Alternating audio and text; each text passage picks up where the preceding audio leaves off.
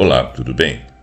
Estamos de volta aqui com o programa Pontuando e nós vamos hoje falar sobre hegemonia. A gente pegou aqui um ensaio feito em boa parte por alguns portais, alguns sites, né? Portais, sites, algumas matérias e as IAs também. E foi construído um texto aqui e finalizado esse texto com base principalmente naquilo que a IA trouxe numa pesquisa extensa, num relatório que eles chamam de relatório, mas como tem princípio, meio e fim e introduz e conclui, eu vou chamar de um ensaio, mas ele não foge ao pensamento do Gramsci, Antônio Gramsci. E o título que o ensaio acabou tomando é o pensamento de Gramsci num olhar antropológico, dentro da antropologia, hegemonia, subalternidade e cotidiano cultural. Eu coloquei o título apenas como Gramsci, hegemonia, subalternidade e cotidiano cultural. Ainda estou pensando aqui se a palavra subalternidade vai traduzir um contraponto para hegemonia e para chamar atenção de vídeo, porque vídeo tem que ter mensagens mais diretas. Mas por enquanto fica isso, até o final do vídeo eu me decido. Se você estiver vendo isso aí e o título foi esse, é porque eu decidi por ele. Muito bem, então vamos à introdução. O Antônio Gramsci, ele viveu entre 1891 e 1937. Ele foi um filósofo marxista, proeminente figura política italiana. Desenvolveu uma obra de impacto profundo nas ciências sociais, notadamente através de seus cadernos do cárcere, cadernos da prisão. Ele ficou preso. Eles foram redigidos durante esse aprisionamento pelo regime fascista de Mussolini. O regime fascista de Mussolini prendeu um marxista que era o Gramsci, como deve ter prendido enfim, muitos outros. Longe de ser um teórico isolado, o Gramsci foi um ativista intensamente envolvido nas lutas políticas de sua época. E essa vivência prática moldou sua análise do poder, que se distanciou do determinismo econômico frequentemente associado ao marxismo clássico.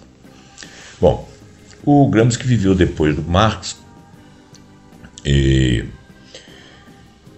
eles, ao que tudo indica aqui, eu não estou lembrando de datas, mas de qualquer forma eles com certeza não foram contemporâneos, porque eles não foram contemporâneos, porque o Gramsci é um cara do século XX, né? Ele nasceu em 1891, morreu em 37, antes da Segunda Guerra. E ele era marxista, mas o enfoque dele, dentro das teses do marxismo, o marxismo ele teve desenvolvimentos, teve outros elaborados, né? E o Gramsci ele tinha um pensamento próprio. A gente vai entender durante a leitura aqui por que ele fez a evolução. Eu não estou preocupado em definir e nem fazer paralelos com a ideia do Marx, não tenho conhecimento para tanto. O que eu gostei desse texto que eu propus, e me propus a procurar e fazer enxertos e no final das contas fazer o fechamento com a IA, é porque eu quero exatamente falar dessa questão da cultura, dessa questão dos mandos e comandos dos setores hegemônicos e até da prepotência que os setores hegemônicos têm de naturalizar os seus conceitos como fossem certos, e as outras culturas, os outros pensamentos, isso passa pela sociedade, passa pela economia, ele naturaliza o pensamento dele como sendo correto e os outros ficam sendo observados como diferenças daquilo.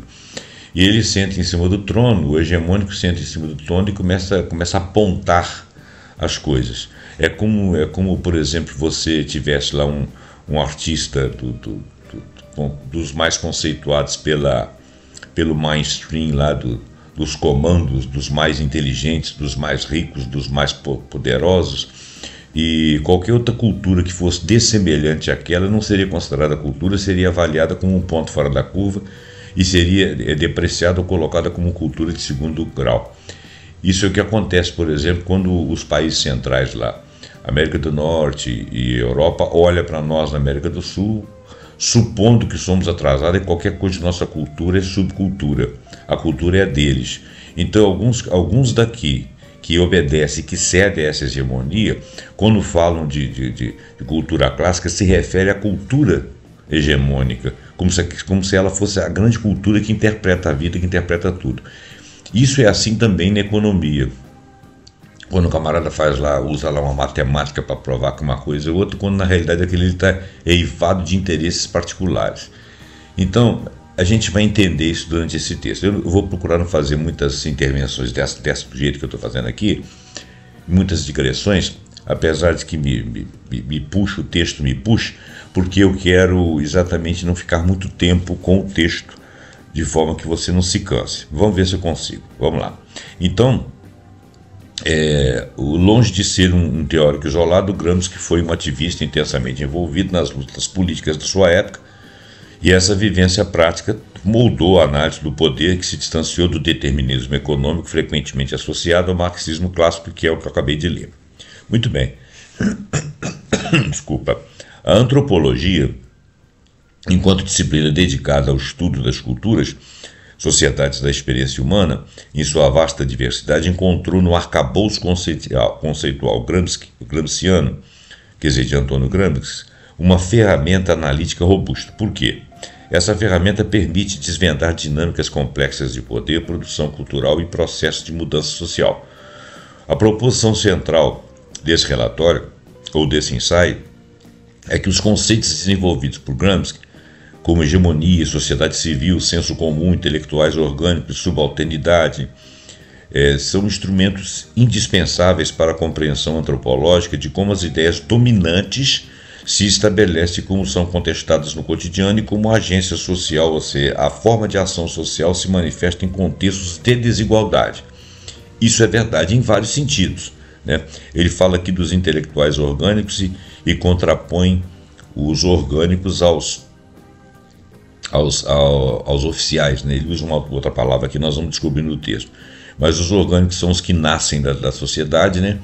E os do estamento são aqueles impostos pela sociedade. São intelectuais também, mas são aquelas pessoas que são eivadas do poder e a palavra deles carrega a verdade. O Gramsci é extremamente reconhecido como um dos pensadores marxistas mais influentes do século XX. A sua teorização de classe transcendeu a mera desigualdade econômica, estendendo-se para abranger dimensões como raça, gênero, orientação sexual e religião. Quer dizer, ele foi um cara bem na frente, ele veio discutindo coisas bem mais modernas, vamos dizer, para as sociedades atuais. Ele morreu em 1937, onde essas ideias estavam começando a ebulir. Ele foi um dos principais teóricos nesse sentido. A sua contribuição é considerada fundamental para o campo dos estudos culturais.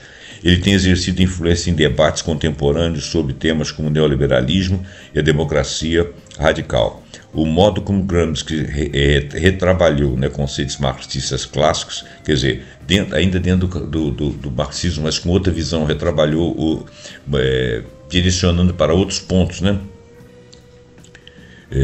O modo como o Gramsci retrabalhou então conceitos marxistas clássicos, incluindo ideologia, consciência de classe, base e superestrutura, abriu caminho para o engajamento mais profundo com as análises antropológicas da nossa sociedade. Ele foi pioneiro ao considerar que atividades culturais, valores e lealdades não são meras passivas da base econômica, mas sim elementos ativos na manutenção e na reprodução da ordem social. Eu vou repetir isso aqui. Ele foi pioneiro ao considerar que as atividades culturais, os valores, as lealdades não são meras passivas de base econômica, né?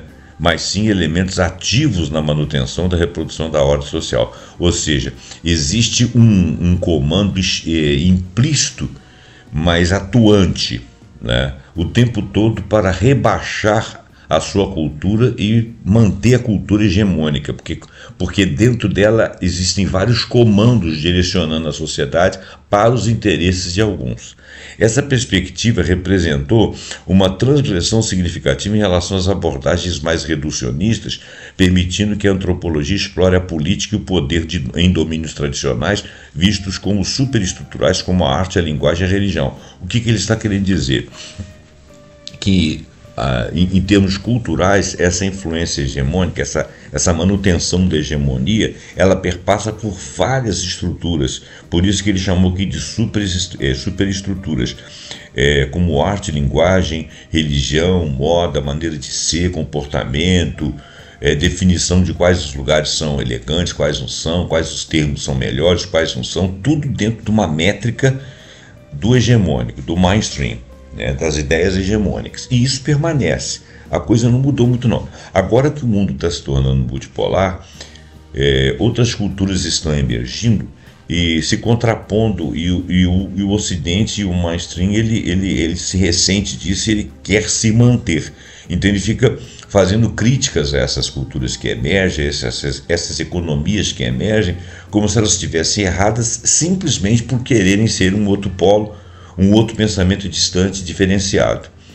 E isso aí os irrita, porque dentro desse comando está a ordem que eles mantêm a seu favor. É um neocolonialismo, né?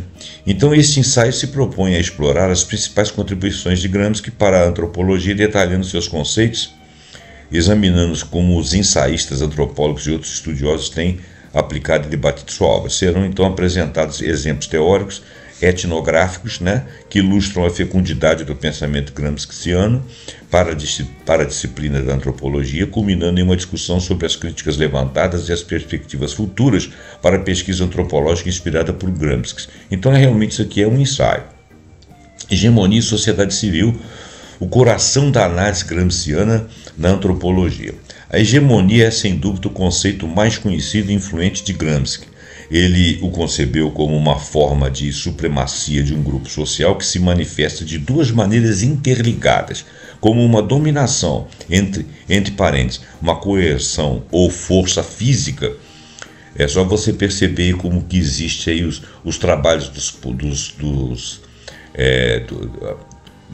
policiais, né, nas periferias, como que são os exércitos em determinados países periféricos, países onde tem miséria, a maneira como são conduzidas as práticas, as prisões, a quantidade de elementos prisões, as categorias, as classes, as etnias que estão dentro dessas prisões, onde tem julgamento justo, onde não tem, onde a morte é valorizada, onde não é, onde a pessoa que morreu, coitado, onde o que morreu foi um qualquer que estava ali, que era um bandido, filho de bandido, que vivia com bandido, como se todos aqui daquela região, daquela localidade, daquela classe fossem eminentemente dispensáveis, cidadãos de segunda, terceira classe. Então, é isso aí que ele coloca como a dominação, coerção ou força física, mas também como liderança intelectual e moral, que é o outro braço da coisa, que às vezes a gente não consegue demonstrar para as pessoas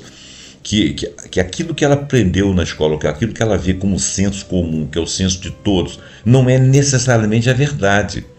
Porque outras culturas podem emergir mostrando que tem valores. Vou dar só um exemplo. Você olha para a cultura africana, você não pensa que lá tem filósofos, que lá tem intelectuais, que lá tem que viceja um pensamento, que lá tem universidades, que tem pensadores, tem discussões, que tem um panafricanismo, que as pessoas se unem em regiões, que eles também definem suas regras, que eles também têm as suas culturas que têm os seus valores, eles têm os seus princípios, eles têm aquelas coisas que eles respeitam, que é diferente da nossa cultura, e nós desrespeitamos isso completamente.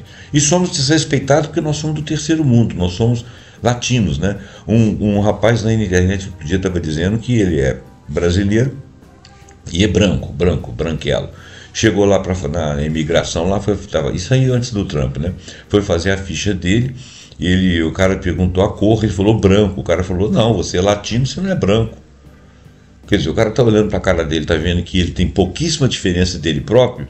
Como é que ele pode dizer que ele não é branco? Porque ele é um branco da etnia dos latinos, que veio aqui de baixo, que tem misturas com latinos, e ele é filho de povos germânicos, anglo-saxões, etc.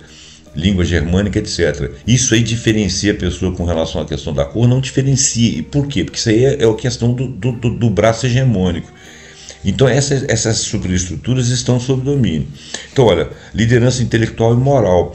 a prática moral, aquilo que é condenado numa cultura, sem que você viva naquela cultura ali, e sendo antiético porque você considera aquilo ali amoral ou imoral, que não está de acordo com a sua moral, e a sua moral você acha que prevalece. E essa é a questão da hegemonia. Entre outras coisas, a gente vai lendo aqui. Então, o Gramsci, diferentemente de uma visão puramente coercitiva do poder, ou seja, simplesmente no comando, na coerção, na força, o Gramsci argumentou que a estabilidade do domínio de uma classe não se baseia apenas na força, mesmo a força econômica, ou a força de coerção, força policial, de exército, etc., mas na capacidade de obter o consentimento das classes subordinadas. É isso que eu quis dizer quando o indivíduo que estuda aqui no Brasil ou na América Latina respeita o ordenamento político, o ordenamento cultural de um centro de poder lá do Ocidente, nos países centrais, e se subordina conscientemente na base do consentimento, né? E não discute aquilo.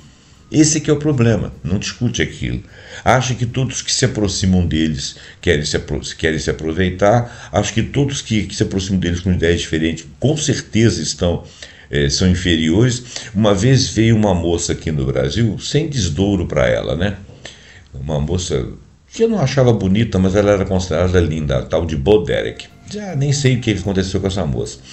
E ela conheceu aqui algumas mulheres que eu considero lindas, e ainda considerava na época, né? Eu nem sei como é que elas estão hoje, mas de qualquer forma eram mulheres na faixa etária da outra lá, eram mulheres bonitas, como ela era considerada bonita. Eu particularmente não achava, mas ela era considerada bonita. E ela virou e fez um comentário que as mulheres brasileiras eram baixinhas e bundudas, né?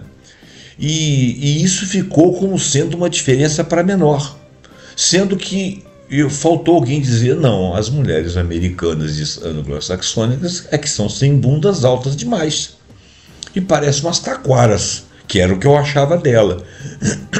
Sem desrespeito à pessoa dela, porque o fato de eu não gostar dela não significa que ela seja feia, quem a culture, mas nós achamos mais belas as mulheres brasileiras, elas são mais belas. Mas quando você faz um anjinho, por exemplo, você coloca louro de cabelo encaracolado de olho azul, né? Quando você faz Jesus Cristo, por exemplo, que era alguém que a representação de Jesus Cristo no mundo ocidental, ele era o cabelo louros, anelados, de olhos azuis, porque isso é a cultura hegemônica, né? Então, quer dizer, não existem anjinhos de outras classes, de outras cores, de outras etnias.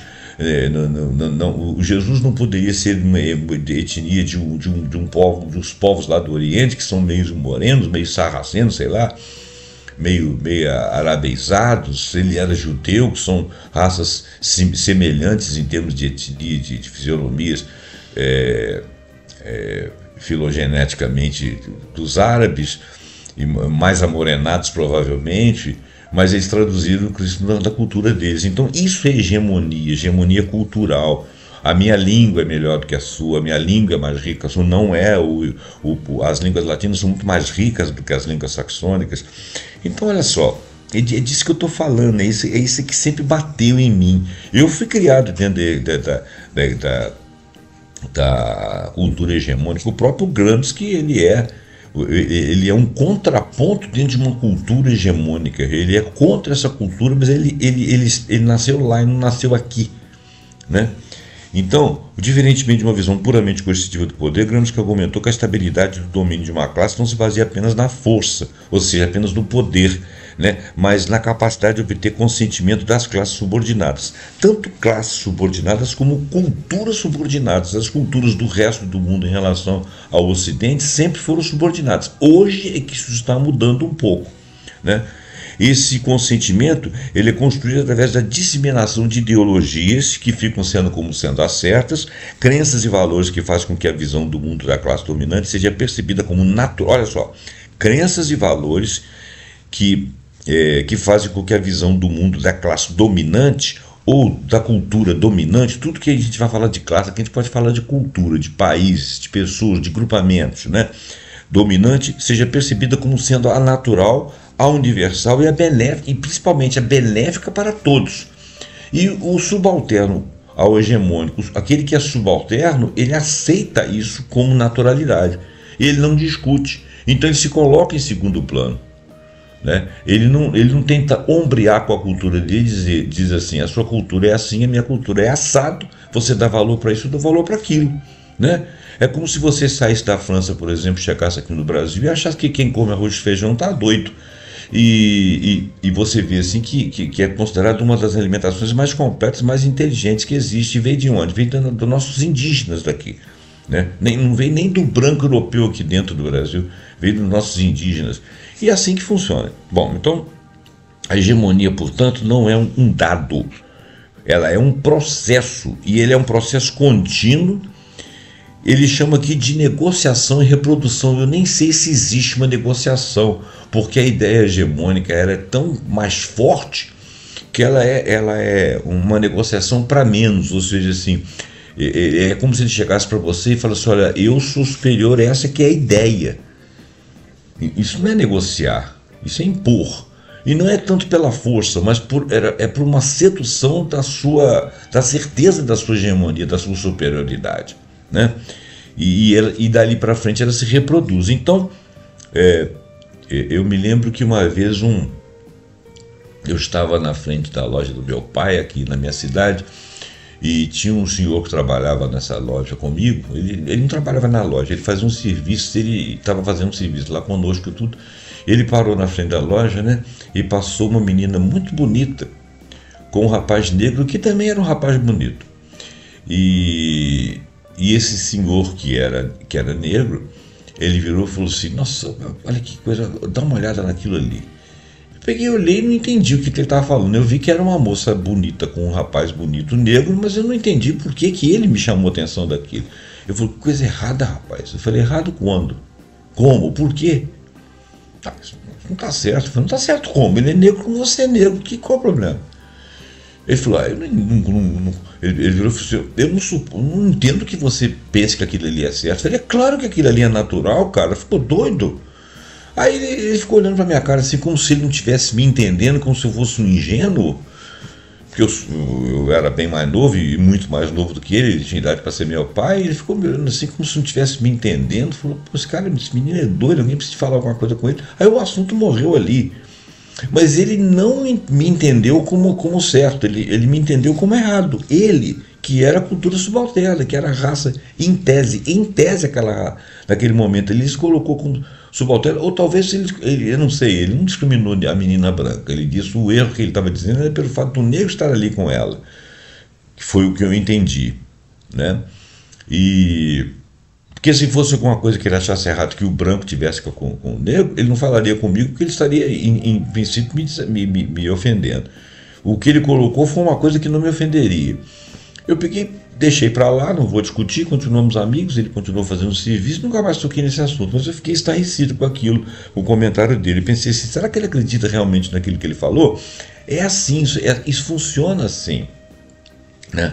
As pessoas aceitam, acho que os ambientes não servem. É claro que educação é uma coisa e educação é uma coisa e grosseria é outra, né? Então existem comunidades que têm uma educação assim, mais desleixada e tal, mas isso não quer dizer que a educação seja da hegemonia, dos grupos hegemônicos. A educação é respeito.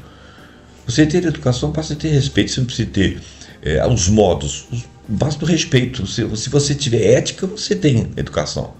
Você consegue se comportar. Não interessa que você fale melhor, que você se vista melhor. Você pode conviver com o outro como igual, o outro sendo de uma capacidade financeira ou de uma educação mais refinada em termos culturais, e você não. Mas o respeito cabe aos dois lados. Então, os dois podem frequentar o mesmo lugar, sentar no mesmo restaurante, assistir o mesmo filme no cinema, ir para um shopping center, qualquer coisa. Isso que tem que ser entendido, né? Então a sociedade civil emerge como o principal locus onde a hegemonia é estabelecida e reproduzida. Para Gramsci, a sociedade civil é um sistema de instituições superestruturais que se situa entre a economia e o Estado. Ela engloba uma vasta gama de organizações e relações fora do controle direto do governo e do mercado, como escolas, lojas, meios de comunicação, sindicatos e estruturas familiares. Isso é primordial entender. A hegemonia engloba uma vasta gama de organizações e relações fora do controle direto do governo. Quer dizer, não são ditaduras que comandam esses lugares para dizer que aquilo ali é uma coerção. É porque aquilo ali é aceito. Então, ela engloba uma vasta gama de organizações e relações que fora do controle direto do governo e do mercado, porque o mercado também é hegemonista e é forte e é, vamos dizer assim, rico, né? Como escolas, lojas, meios de comunicação, sindicatos e estruturas familiares. Na estrutura familiar, por mais simples que a família seja, ela se estrutura daquela forma, de olho no hegemônico, e quando ela não está naquele patamar, ela se julga menor.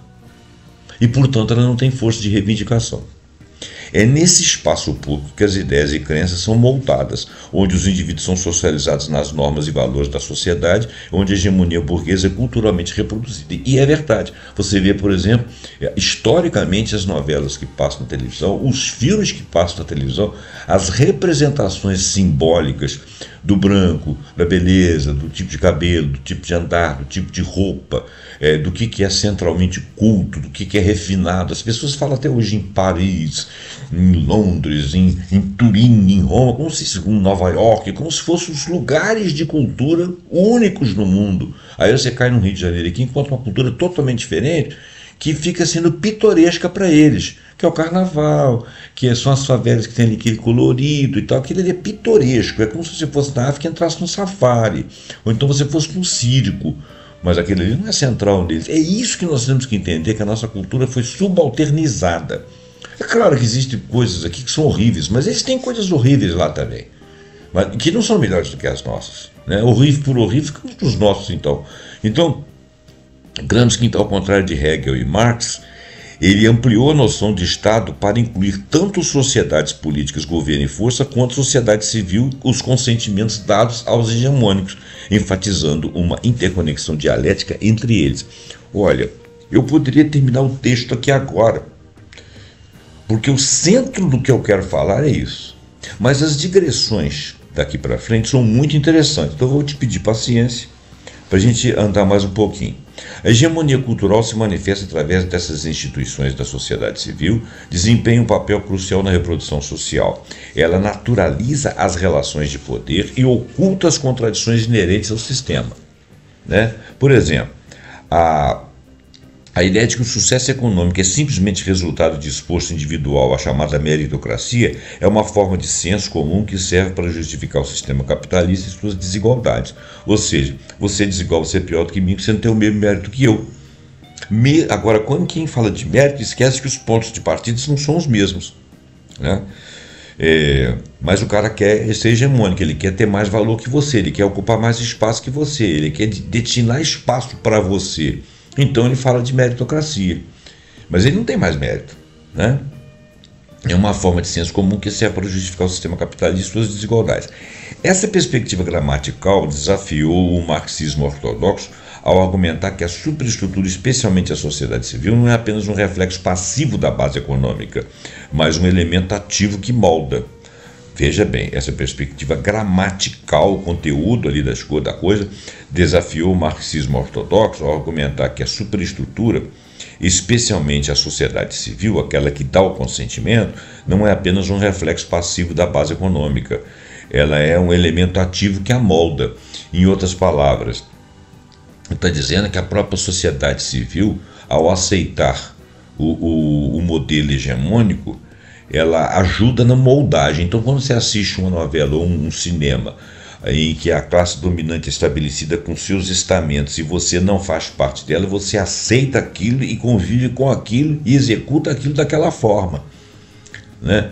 Se, por exemplo, alguém do dia a dia, uma pessoa simples, não entra num determinado local, esse indivíduo que está assistindo a novela, ele entende que não deve entrar, que ele não deve forçar a presença dele, que ele não tem esse direito. Quem que destinou isso para ele? Foi a moldagem cultural da hegemonia, e ele aceitou como subalterno, então ele reproduziu. Eu concordo com Gramsci nessa forma de pensar, né? Então, para a antropologia, isso significa que as atividades culturais, os valores e as lealdades, como expressões artísticas, a linguagem, a cultura popular, a religião, as solidariedades étnicas ou mesmo solidariedades regionais, adquirem um significado político muito maior pois são ativos envolvidos na construção e na negociação deste poder hegemônico. Tudo passa pelo filtro. A hegemonia é aceita tacitamente, e os próprios subalternos a reproduzem, aceitando a sua condição de classe, aceitando a sua posição social, nem vou chamar de classe, a sua posição social, a sua posição étnica, sua posição de gênero. Ele aceita. É como o homossexual que se aceita como errado, o negro que se aceita como inferior, o latino que se aceita como inferior, a mulher que acha que o homem é superior e que tem que estar no comando. Quer dizer, são aceites da sociedade que reproduzem esse status quo. A compreensão que a hegemonia foi construída e não imposta, ela foi construída com os que impõem, assim, com os que sugerem e aqueles que consentem, sem perceber que eles estão dentro de uma estrutura de poder que ele está dando para o outro, mesmo que o outro não o faça à força. Né? Então a compreensão de que a hegemonia foi construída e não imposta levou a Gramsci a propor a ideia de guerra de posição como estratégia revolucionária no Ocidente. Diferentemente da guerra do movimento, que é o ataque direto ao Estado, você está ali brigando para reverter, subverter a ordem, modificar o Estado, modificar o status quo do Estado, mudar o governo e tal. Essa guerra de posição ela envolve uma luta prolongada para quem está se contrapondo à hegemonia.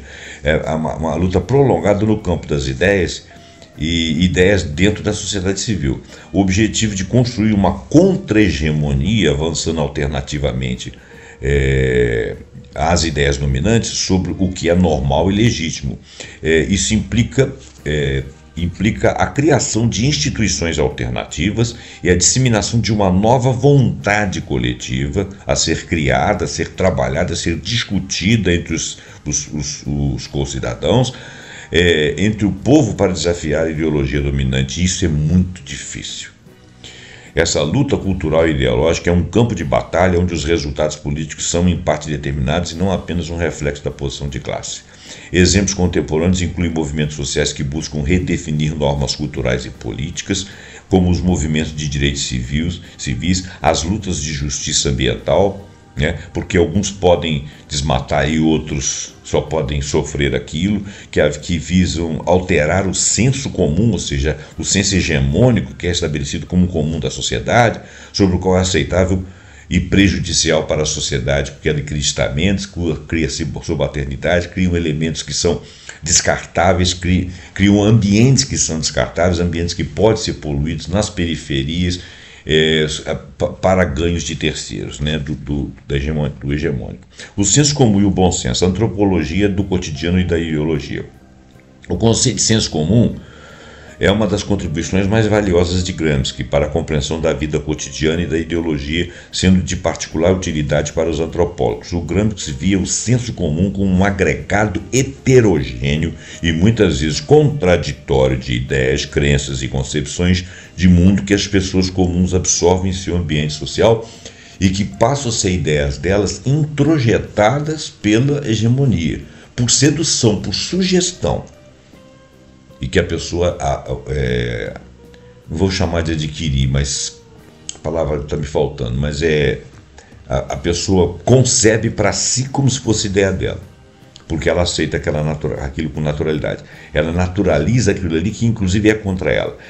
Ela abrange tanto a dada de nossa subjetividade quanto a realidade externa que nos confronta. Embora pareça óbvio e natural, o senso comum não é estático. E ele não é óbvio. Por quê? Porque ele poderia ser outro em outras circunstâncias, mas ninguém raciocina assim, fica com o senso comum, que é o senso hegemônico. Então, ele não é estático. Ele deveria ser, ou ele é, fluido, repleto de contradições e possui um potencial derivado para a mudança. Em si próprio, ele tem a exceção que diz que aquilo ali é uma regra imposta. Né? Ele captura o domínio dado como certo na vida cotidiana, ajudando a entender como as realidades da aula, né, são vivenciadas. A palavra aula aqui deve ter entrado errado, deve ter escrito errado isso aqui, peraí. Ela captura o domínio dado como certo na vida cotidiana, ajudando a entender como as realidades da aula, não são aulas, né? Isso aí deve ser, sei lá, desculpa, da vida, né? São vivenciados, tudo bem. A relação entre senso comum e hegemonia cultural é intrínseca. A hegemonia se manifesta quando o senso comum de massa é articulado com um nível superior da filosofia, da classe dominante. Vou repetir isso aqui. A relação entre o senso comum e a hegemonia cultural é intrínseca, né? Quer dizer, elas são associadas. É a hegemonia cultural que estabelece o senso. E você não chega ao senso, ao bom ou mau senso. Você o absorve linearmente, sem discuti-lo. Por isso que é uma ligação intrínseca. Você está falando de hegemonia, você está falando do senso que todos têm. Porque o hegemônico consegue impor o senso. A hegemonia se manifesta quando o senso comum da massa é articulado com o nível superior da filosofia, da classe dominante. Olha bem, a massa, a articulação a massa é articulada com um nível superior de filosofia, ou seja, aquele que domina, que é da classe dominante, tornando as ideias da classe dominante, ou as ideias dominantes, sejam classes ou não, amplamente aceitas e naturalizadas. Não vamos nem falar de classe, vamos falar lá do absolutismo, né, dos reis absolutistas. Eles tinham um mandato divino. Então ele tinha um coração, um olho, um cabelo, tinha dor de barriga, tinha tudo, mas ele era divino. E você é o que? Era um pária, você era um qualquer, você era um gentio, né? Se você saísse da corte, você era um comum. Você aceitou isso, intersubjetivamente. Mas ele era um governante. Tá, tudo bem que ele fosse um governante, mas ele não era eleito por mim, ele era imposto, né? E ele não era divino. Por que ele era divino? Por que ele tinha que ter essa ordem da divindade se ele era cheio de defeitos, né? Mas o senso comum aceita, isso era naturalizado, né? Então, tornando as ideias dominantes amplamente aceitas e naturalizadas. Um exemplo clássico é a noção de que puxar-se pelos próprios cadarços, né, é o caminho para o sucesso, uma ideia do senso comum que prosperou sobre o capitalismo e serve para explicar o sistema mesmo diante de desigualdades estruturais. O camarada vê que você não tem condição de subir, não tem mobilidade social, porque você não tem oportunidade, mas alguém está dizendo que você não consegue essa oportunidade porque você não se alça. Mas você não tem estrutura para se alçar. Se alguém financiar a sua empresa, por exemplo, ele te quebra com juros lá na frente. Isso está careca de acontecer aí. Você só consegue com o seu trabalho se você tiver sorte, um time muito bom e achar uma grande oportunidade de alguém te financiar. E sem te cobrar depois, te extorquir e te quebrar. Quando você consegue, o máximo que você consegue a vida toda é se frustrar e se aposentar mais tarde, tendo feito muita força, tendo apenas orgulho de ter trabalhado. E você não entende que você foi o tempo todo prejudicado pelo sistema, né? Quer dizer, você tentou puxar-se pelos próprios cadarços, porque não existia um chão para que você pudesse pisar e dar um impulso. Então esse é um exemplo clássico, né? Noção de puxar-se pelos cadarços, que seria o caminho para o sucesso. Uma ideia de senso comum que prosperou sobre o capitalismo e serve para explicar o sistema, mesmo diante das desigualdades estruturais. Esse tal empreendedorismo que essas pessoas ficam idiotamente falando isso por aí, te dando conselho, te ensinando coisa que ele não consegue executar e que não consegue nada com aquilo. Ele ganha um trocadinho ali e faz você de bobo ali. De 99, de 100 pessoas que testam métodos meritocráticos e empreendedores, 99 quebram e o 1 ganha pouco e fica frustrado. A noção gramsciana do senso comum, juntamente com a hegemonia cultural, destaca a importância da dominação sistematizada que está oculta, subreptícia na vida cotidiana. Isso é fato. Você vê novela. É o senso comum que domina, é a cultura dominante. Você vê filmes, é o senso comum que domina a cultura dominante. Até mesmo os que se opõem ao sistema ocidental criam obras similares a eles. Adota o seu idioma, adota o seu dinheiro, porque são culturalmente, até economicamente, subalternos em termos ideológicos. E quando tentam quebrar isso aí, sentem mal-estar, veem que não é o momento, a tal ponto que essa cultura hegemônica é embasada na sociedade mundial. É impressionante isso. Então, Gramsci também modificou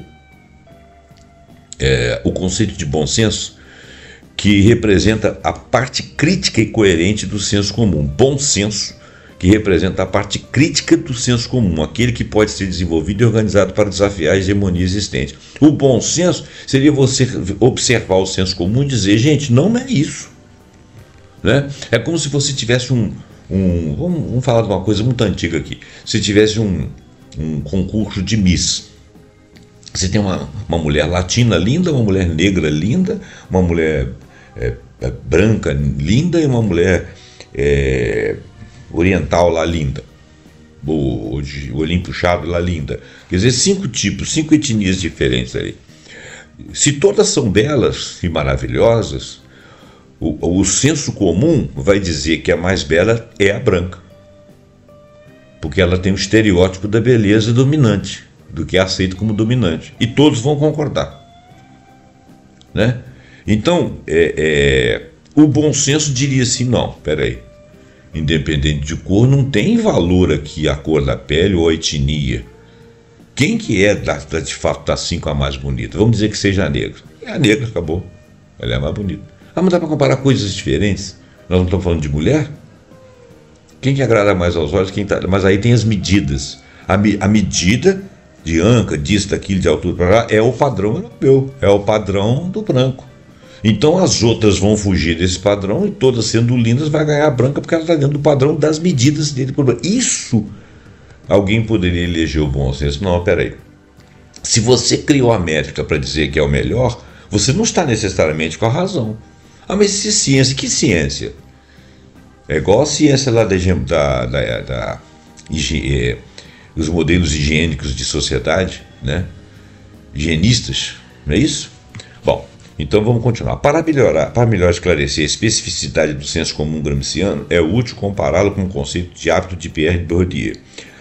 Hábito, né? Amplamente adotado na antropologia. O Hábitos de Bourdieu, O Hábitos parece que é o nome de uma obra. O Hábitos de Bourdieu, eu já li pouca coisa de Bourdieu, mas li esparsamente, nunca li um livro, quer dizer, acho que eu já li sim, mas tem muitos anos. Não tenho certeza. Mas eu tenho certeza que eu já li algumas coisas dele e até concordo e compreendo um pouco o pensamento dele. E o Gramsci também são leituras esporádicas. O Gramsci eu sei que eu li um livro, mas o Bourdieu não tenho certeza. O Hábitos, então, de Bourdieu refere-se a um sistema de disposições rigorosas, socializadas, incorporadas, que guiam o comportamento e o pensamento, sendo moldado por eventos e estruturas passadas e, por sua vez, moldando práticas e percepções atuais. Então, o Bourdieu refere-se a um sistema de disposições rigorosas, socializadas no sentido que é disponibilizado na sociedade que todos adquirem, hábitos que todos adquirem, formas de pensar e de ser e de se comportar que todos adquirem. Então é um senso moldado, né, por eventos e estruturas que vêm do passado para o presente e que vão moldando as práticas. Filmes, peças de teatro, autores principais, comportamentos, tipo de bebida, tipo de comida, tipo de andar, tipo de penteado, forma de cabelo. Tudo tem uma métrica, tudo tem uma disposição rigorosa que é socializada, né? E embora Kate Crehan, que é uma outra autora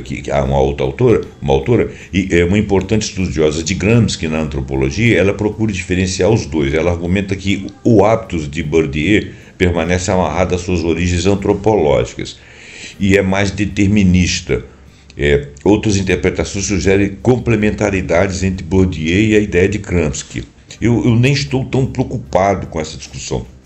Eu gosto de levantar essa ideia de que a gente não consegue provar para as pessoas que elas estão raciocinando pelo senso comum, ainda que com palavras bonitas e com diplomas universitários, né? O camarada, muitas vezes na rua eu vejo pessoas fazendo defesas de teses que são contra elas e que elas estão erradas porque elas, na condição delas, têm o direito de fazer diferente.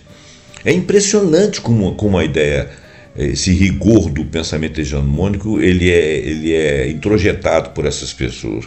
A liberdade de fazer hábitos, né, com sua ênfase em elementos contraditórios, pode permitir uma ponte com o senso comum gramsciano, que é o que o autor aqui, o ensaísta aqui está vendo.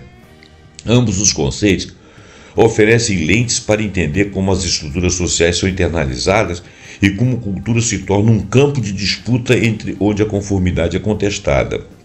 Vou ler de novo.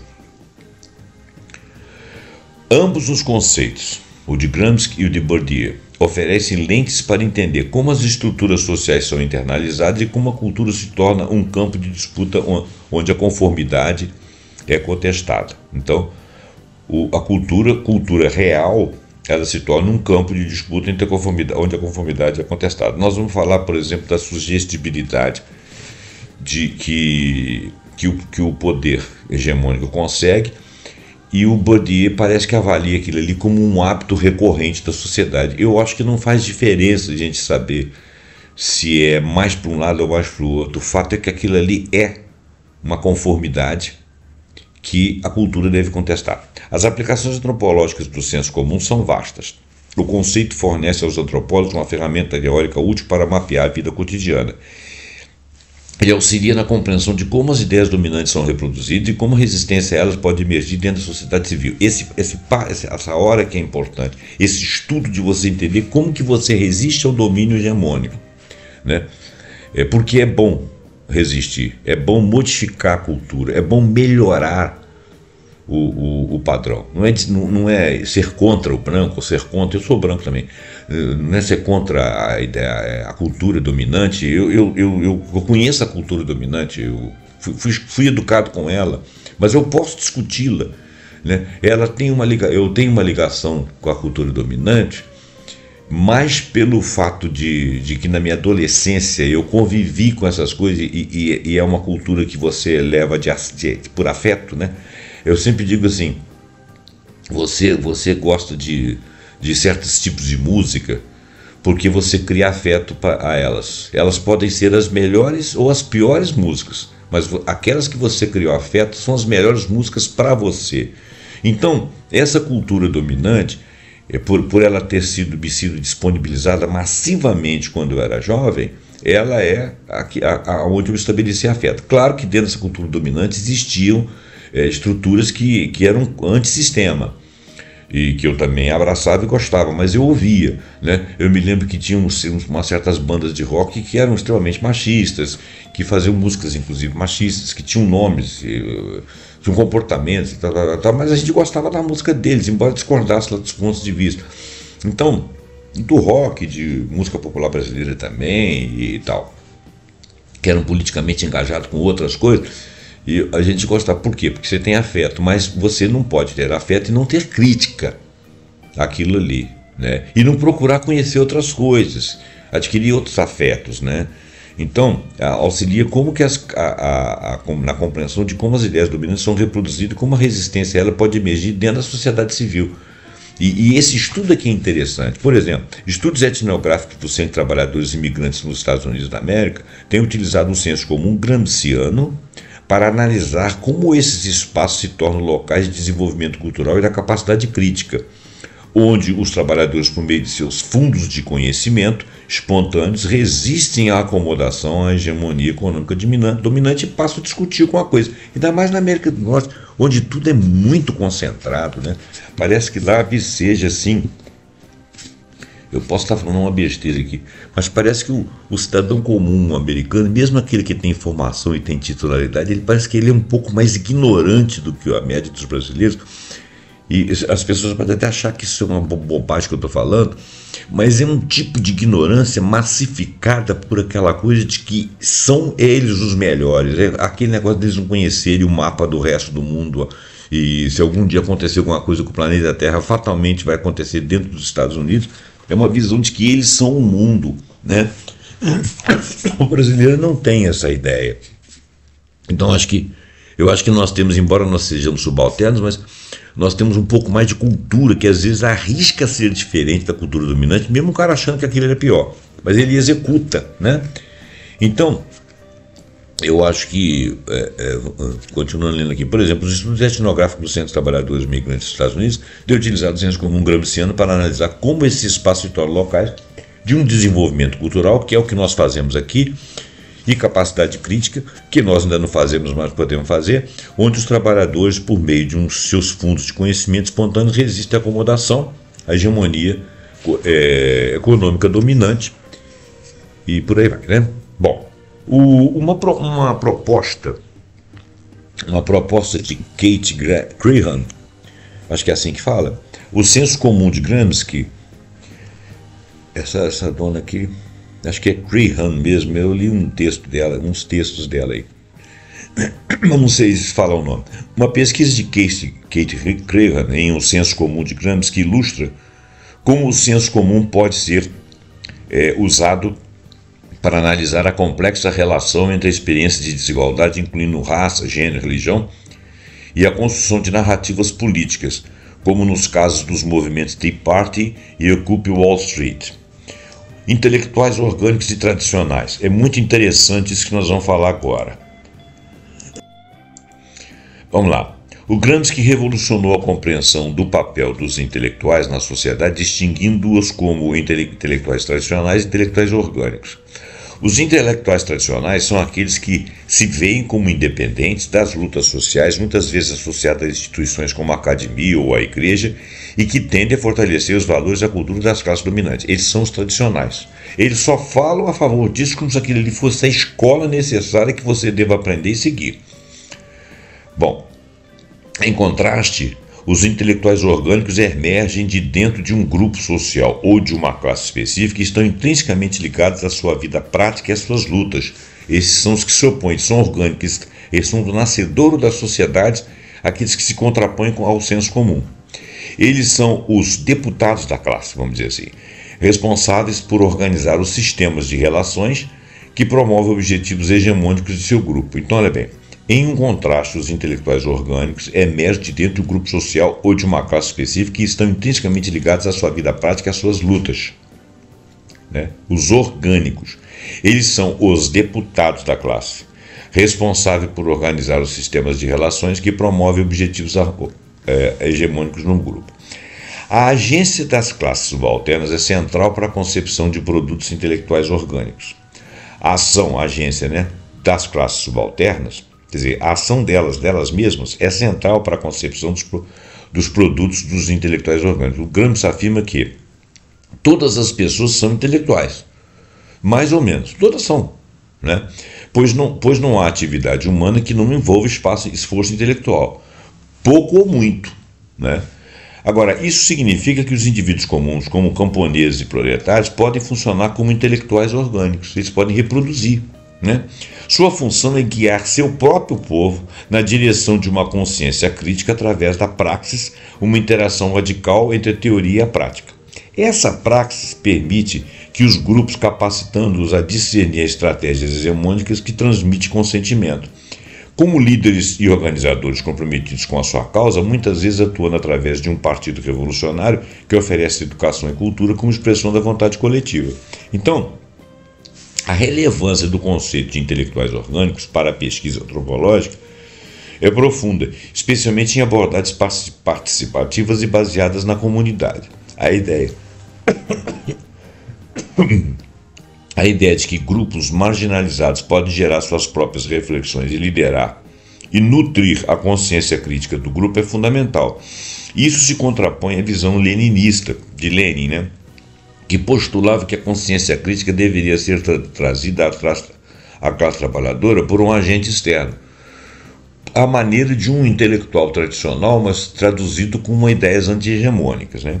No contexto da pesquisa baseada na comunidade, Gramsci inspira a formação de membros da comunidade como facilitadores da pesquisa, capazes de realizar investigações e produzir conhecimento, promovendo a transformação de suas próprias realidades. Intelectuais como Muhammad An-Nazir Rahman e Orlando Fals Borda, influenciados por Gramsci, desenvolveram a pesquisa participativa como uma abordagem popular para a produção de conhecimento e ação transformadora, onde os consultores externos atuam por iniciativa das próprias comunidades. Isso ressalta a importância de que o membro da comunidade seja mais do que mero parceiro. Esses membros devem se tornar pesquisadores, líderes e facilitadores dessa pesquisa, alinhando-se com as descrições gramscianas dos intelectuais orgânicos como trabalhadores, organizadores, pensadores que facilitam a reflexão e a ação para a mudança. Cuidado que alguns desses intelectuais orgânicos, eles acabam adquirindo manejos de intelectuais tradicionais, que seriam as agremiações da esquerda. São pessoas que têm, da direita, pessoas que têm conhecimento, que emergem do povo, mas que estabelecem as ideias a favor da hegemonia. Como isso acontece? É difícil, mas acontece. Eu estou chamando a atenção disso aí, porque na própria leitura do texto aqui, dá para você perceber que o intelectual orgânico é aquele que é um líder na intelectualidade, que é capaz de verbalizar mais coisas e efetuar pesquisas para saber o que os grupos querem, para se contrapor à intelectualidade oficial do pensamento oficial. Então, o pensamento dos orgânicos, ele emerge da pesquisa com seus iguais, com a sua classe, com seus estamentos. A palavra classe até não cabe bem aqui, mas pelo que eu estou falando. Mas essa intelectualidade, essa formação desse capital intelectual que permeia a todos, se contrapõe à tradição e contrapõe de igual para igual. Mas dentro dessa organicidade pode aparecer alguns frutos podres, né?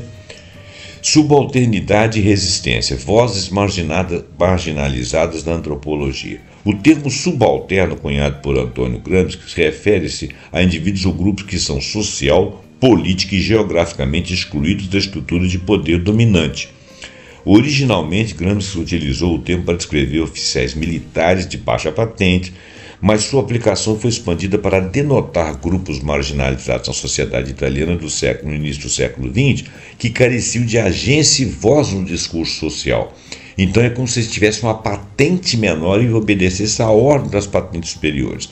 Em estudos pró-coloniais e na teoria crítica, o conceito foi adaptado para identificar populações coloniais e outros grupos sociais deslocados para as margens da sociedade, cujas agências, ações e vozes são negadas pelas instituições socioeconômicas, então os colocam à maneira de patentes numa subalternidade.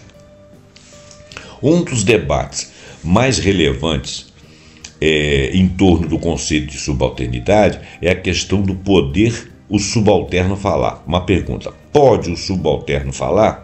Levantada por Gayatri Chakravorty Spivak. Esse eu nunca ouvi falar. Spivak argumenta que o subalterno é frequentemente silenciado e marginalizado nas narrativas culturais dominantes, com suas vozes sendo frequentemente representados por outras vozes, o que levanta questões cruciais sobre a política de representação. Eles estariam, por exemplo, é como se uma massa de trabalhadores fosse representada por um coronel, entendeu? Um coronel desses lá do sertão lá. Ou por uma liderança política aqui, um ricaço aqui da sociedade. É o que vive acontecendo. Eu vou levar a sua causa lá para o parlamento. Ele leva vamos dizer assim, reage com você e negocia alguma coisa mais a favor do outro que se você. Ele existe ali para te calar, não para te ajudar, né? Então, Spivak argumenta que o subalterno é frequentemente silenciado e marginalizado nas narrativas culturais dominantes, com suas vozes sendo frequentemente representada por outros, o que levanta questões cruciais sobre a representatividade. Para ser ouvido o nativo subalterno, muitas vezes precisa adotar as formas ocidentais de conhecimento, linguagem, pensamento, um tipo cultural qualquer, o que pode embaralhar a verdadeira voz do nativo subalterno. É como se ele tivesse que falar no idioma de outro, vestir a roupa do outro, pintar a cor da pele do outro para poder estar no meio do outro dizendo alguma coisa do grupo dele. A questão de Spivak destaca que mesmo quando o subalterno tenta falar, sua voz pode ser filtrada e cooptada pelas estruturas de poder dominante, tornando difícil uma expressão autêntica e não mediada de sua experiência. Ele continua invisível. Os estudos subalternos, originados na historiografia indiana, por exemplo, adotaram o conceito de Gramsci para desafiar o elitismo nas narrativas históricas do nacionalismo, focando nas experiências de classes subalternas como os camponeses e trabalhadores, que foram arquivos da história oficial. Na antropologia pós-colonial, o conceito de subalternidade fornece uma estrutura para analisar as dinâmicas complexas de poderes e as desigualdades sociais, concentrando-se nas perspectivas desses grupos marginalizados. Isso permite uma análise mais matizada de características sociais como a resistência e os movimentos sociais. O Edward Said, em sua obra O Orientalismo, embora frequentemente associado a Foucault, Foucault é um filósofo, né? E também se envolve com as ideias de Gramsci, e especialmente ao analisar a hegemonia cultural que exclui e desloca povos específicos. A aplicação de Gramsci na antropologia pós-colonial tem sido explorada em diferentes momentos, desde as ciências sociais do terceiro mundo, nos anos de 1960, até as teorias pró-estruturalistas dos anos de 1980. Apesar da marginalização, os grupos subalternos frequentemente resistem e subvertem as estruturas de poder dominante de diversas maneiras. Hoje em dia tem sido mais difícil. O Byung-Chul Han explica isso aí por causa da normatividade da sociedade. Mas a construção da resistência, dessa subversão das estruturas, ela cresceu entre grupos marginalizados, quanto mais eles tinham intelectuais que os agregassem, né? Intelectuais no sentido de pessoas que são articuladas com as vozes daqueles que buscam representação, muitas vezes caótica, mas que buscam e tentam romper o sistema. Essas formas de resistência podem ser abertas e organizadas como movimentos sociais de protestos do século XX, ou mais sutis e cotidianos como formas de resistências diárias, como diz um autor aqui chamado James Scott. Exemplos incluem lentidão no trabalho, né? Aquele negócio de trabalhar devagar, pai e tal, dá uma ideia de que eu vou te dar prejuízo, né? A sabotagem, né? Sabotar coisa que eu não acho muito legal, a evasão, a falsa conformidade, o furto, a ignorância fingida e o barco. O Michel dissertou em A Invenção do Cotidiano, também explora como as pessoas comuns ou os usuários manipulam e se apropriam dos produtos e dos sistemas da cultura dominante para seus próprios interesses, criando uma produção silenciosa de resistência. Ele se aproveita daquilo, ele consegue penetrar na camada, age como se fosse aqueles, mas por seu próprio interesse, e eles conseguem quebrar um pouco, eles conseguem produzir silenciosamente alguma coisa contra o sistema. Um exemplo clássico disso são o uso dos cânticos espirituais por escravos afro-americanos para passar mensagens ocultas que os senhores não compreendessem.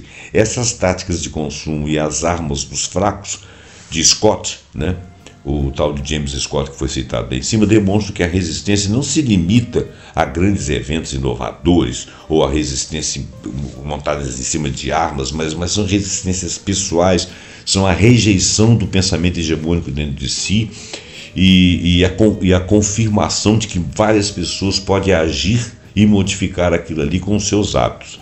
É como se você, por exemplo, se negasse a ver uma determinada novela, um determinado filme, porque ela traduzisse o tempo todo coisas em que você não acredita e que não aceita, né? Ou deixasse de usar, como algumas pessoas que não usam produtos de empresas que sacrificam animais, que trabalham contra o meio ambiente. Quer dizer, você acaba nessa resistência pacífica, né?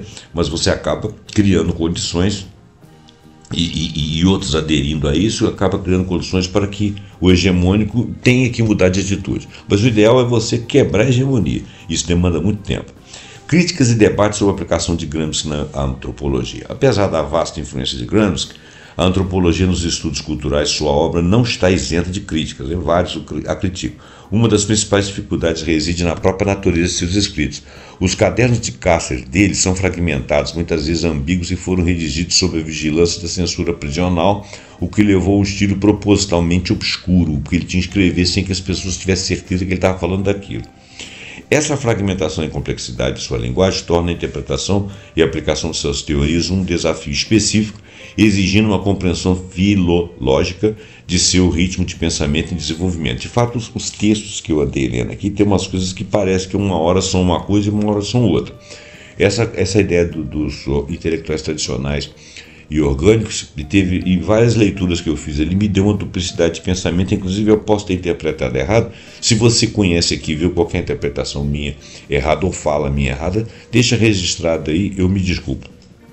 A dificuldade em compreender a totalidade de seu pensamento pode levar a usos superficiais ou referências fracas de suas.